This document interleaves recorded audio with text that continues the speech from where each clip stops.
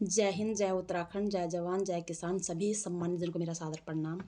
साथियों, बहुत से सम्मानित भाई बहन कह रहे हैं कि मैं उल्टे हाथ से सैल्यूट मारती हूं, लेकिन मैं उन सभी सम्मानित भाई बहनों को कह देना चाहती हूं कि मैं उल्टे ही हाथ से सैल्यूट मारती हूं, क्योंकि फ्रंट कैमरे की वजह से वीडियो में मेरा उल्टा हाथ दिखता है, जिसके कारण आप लोगों को गलतफहमी होती है। तो मैं आप लोगों को क्लियर कर दूँ कि मैं उल्टे ही हाथ से सैल्यूट मारती हूँ। साथियों, 2-3 दिन से हर सोशल मीडिया के प्लेटफॉर्म हो, चाहे हर समाचार चैनलों पे पंडित श्री धीरेन्द्र कृष्ण शास्त्री जी का ही जिक्र हो रहा है। इसलिए हम भी अपना वक्तव्य रखना चाहेंगे, सवाल उठाने वालों पे भी और जिनके ऊपर सवाल उठाए जा रहे हैं उनके बारे में भी। तो सबसे पहले हम सम्मानित सवाल उठाने वालों से कह देना चाहते हैं कि दिखती तो हवा भी नहीं है, लेकिन वो संपूर्ण जीव जंतु मानव समाज को जिंदा रखता है। पानी का खुद का कोई रंग नहीं होता, लेकिन संपूर्ण धरा को पानी रंगीन बना देता है। खुद भोजन मुर्दा होता है जब किसी के पेट में जाता है, लेकिन जब जिस प्राणी के पेट में जाता है तो उस प्राणी को जिंदा रखता है। पृथ्वी अपनी धुरी पे घूम रही है।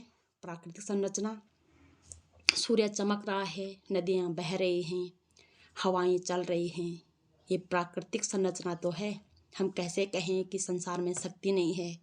मैं विज्ञान पे भी उंगली नहीं उठाऊंगी, लेकिन मैं कहना चाहूँगी, भले ही विज्ञान अपनी खोजें रोक दे तो शायद इतना असर नहीं पड़ेगा, लेकिन यदि प्राकृतिक अपनी संरचना रोक दे, हवा चलना बंद हो जाए, नदियों का बहना बंद हो जाए, पृथ्वी का घूमना बंद हो जाए, सूर्य का चमकना बंद हो जाए, तो संपूर्ण मानव समाज, जीव जंतु, पेड़ पौधे शायद 2 मिनट भी जिंदा नहीं रह सकते।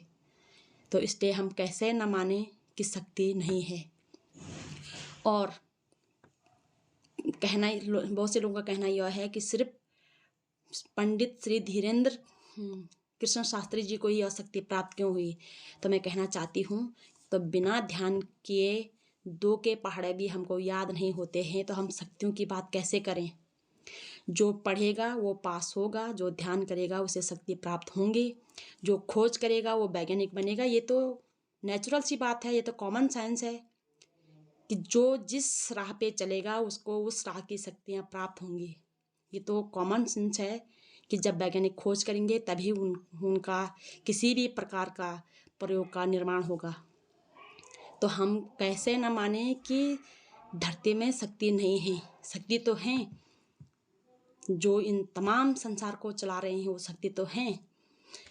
लेकिन मैं सवाल पंडित श्री धीरेन्द्र शास्त्री जी पे भी करना चाहूँगी कि सर, हमें किसी की आस्था पे कोई उंगली नहीं उठानी और ना ही हम कभी उठाते हैं, लेकिन हम आपको पूछना चाहते हैं कि तब आप लोग कहाँ जाते हो जब सनातन की मठ जो सिमट धसक रहा होता है। तब आप कहाँ जाते हो जब देवभूमि में अंकिता, पिंकी, किरण जैसे कांड होते हैं। तब आप कहाँ जाते हैं जब विपिन, नितिन, केदार भंडारी जैसे नवयुवक बच्चों की हत्या होती है। तब आप कहाँ जाते हैं जब जगदीश, आयुष, जो राजस्थान में हुआ, तमाम क्षेत्रों में हुआ, बच्चों को छुआछूत के नाम पे, भेदभाव के नाम पे मारा जाता है। तब आप कहाँ जाते हैं जब तमाम देश में महिलाओं की सरेआम इज्जत नोची जाती है, क्योंकि धर्म का तो सच्चा अर्थ ही यह है कि अन्याय के खिलाफ लड़ाई लड़ो और न्याय के पक्ष में बोलो। तो सर, हम आपसे उम्मीद करते हैं कि किरण के पक्ष में भी बोलिएगा, अंकिता के पक्ष में भी बोलिएगा, तमाम जगदीश, आयुष, जो राजस्थान में, जो मध्य प्रदेश में जिन बच्चों को छुआछूत के नाम पे मारा गया उनके पक्ष में भी बोलेगा। जिन जिन जगह पे भी जिस जिस प्रकार का अपराध हो रहा है उस अपराध को, उस अन्याय के खिलाफ भी बोलेगा। तो सर, हम माने कि आप सच में सच्चे सनातनी हो। यदि मात्र हम अपनी चर्चा के लिए ही सनातनी बनेंगे तो आई एम सॉरी सर, हम फिर किस प्रकार से समझें कि आप सच्चे सनातनी हो। तो इसलिए मैं सवाल उठाने वालों से भी कहूँगी कि बिना ध्यान का 2 का टेबल याद नहीं होता, तो फिर आप किस शक्ति की बात करते हैं। और हम पंडित धीरेन्द्र प्रसाद शास्त्री जी से भी कहना चाहेंगे कि यदि आप सच्चे सनातनी हो तो हर अन्याय के खिलाफ आवाज़ उठाएं। वह अन्याय चाहे बीजेपी करे, कांग्रेस करे, कोई भी जात, धर्म, लिंग, कोई भी वह अन्याय करे, उस अन्याय के खिलाफ बोलें। सिलेक्टिव किसी को भी नहीं होना है, ना धीरेन्द्र प्रसाद जी को और ना ही उन तमाम सम्मानित जो लोग सवाल उठा रहे हैं। तर्कशास्त्री, मैंने उनका नाम मैं भूल गई, तो उनको यदि सवाल उठाना है तो हर अन्याय के खिलाफ उठाए, यदि नहीं उठाना है तो चुपचाप रहें हर कोई।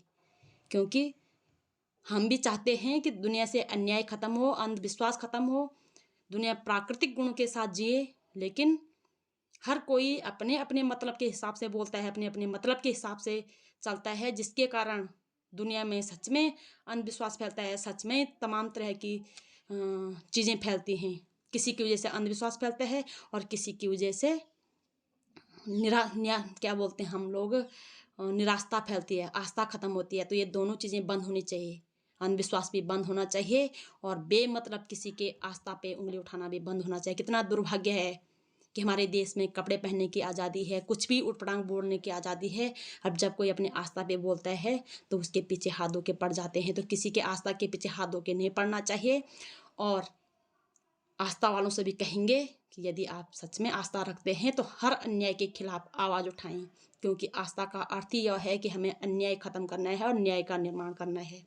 हालांकि साथियों, मनुष्य के शरीर पे किसी भी प्रकार की टीका टिप्पणी नहीं होनी चाहिए, मनुष्य की आस्था पे किसी भी प्रकार की टीका टिप्पणी नहीं होनी चाहिए। लेकिन हम इतना ज़रूर कहेंगे कि कुछ बातें गुप्त होती हैं। मनुष्य की आस्था हो या मनुष्य के जन्म प्रक्रिया हो या मनुष्य के जन्म प्रक्रिया के जो शरीर के जो अंगों का निर्माण हो, यह गुप्त ही रहने चाहिए। इन्हें सरेआम नीलाम नहीं किया जाना चाहिए। लेकिन दुर्भाग्य है आज कि हम लोग जो बातें गुप्त रखने चाहिए उन्हें सरेआम नीलाम करते हैं, और जो बातें सरेआम जिस अन्याय के खिलाफ बोलना चाहिए हम उसके वहाँ पे हम मौन धारण कर लेते हैं। इसलिए मैं निवेदित हूँ पंडित श्री धीरेन्द्र कृष्ण शास्त्री जी से भी, यदि आप सच्चे सनातनी हो तो हर बुराई के खिलाफ आवाज़ उठाएं।